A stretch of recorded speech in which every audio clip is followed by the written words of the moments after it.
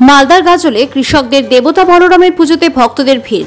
ভারতীয় কিষাণ সংঘের উদ্যোগে গাজল কটুবাড়ি মোড় এলাকায় মালদা জেলা ভারতীয় কিষাণ সংঘের সভাপতি চিত্তরঞ্জন বিশ্বাসের বাসভবনে কৃষকদের দেবতা বলরামের পুজো করলেন ব্যাপক উৎসাহ উদ্দীপনার মধ্য দিয়ে। এই পুজোকে কেন্দ্র করে প্রচুর ভক্তদের সমাগম হয়। পুজো শেষে ভক্তদের মধ্যে প্রসাদ বিতরণ অনুষ্ঠিত হয়।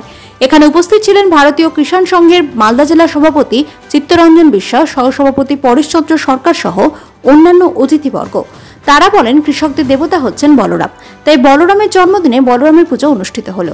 তাই বলরামকে কৃষকদের দেবতা হিসাবে পুজো করা হয়। আজ এই পুজোতে আমরা প্রার্থনা করি কৃষকদের যেন আর্থিক উন্নয়ন হয়। কৃষকরা ফসলের ন্যায্য দাম পাচ্ছেন না, কৃষকরা যেন ফসলের ন্যায্য দাম পান। আমরা বলরাম দেবতার কাছে কৃষকদের উন্নয়ন কামনা করি।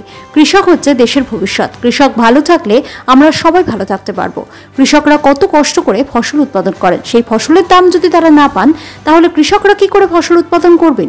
কৃষকদের ব্যবহৃত জিনিসপত্রের দাম অগ্নিমূল্য, সেই তুলনায় কৃষকদের ফসলের দাম নেই। তবুও কৃষকরা পেটের টানে তাদের কাজ করে যাচ্ছেন। ভাদ্র শুক্লা ষষ্ঠী বলরামের জন্মদিন। আজকের পুণ্যদিনেই বলরাম ধরাধামে আবির্ভূত হয়েছিলেন। বলরাম হলধর বলরাম আমরা বলি।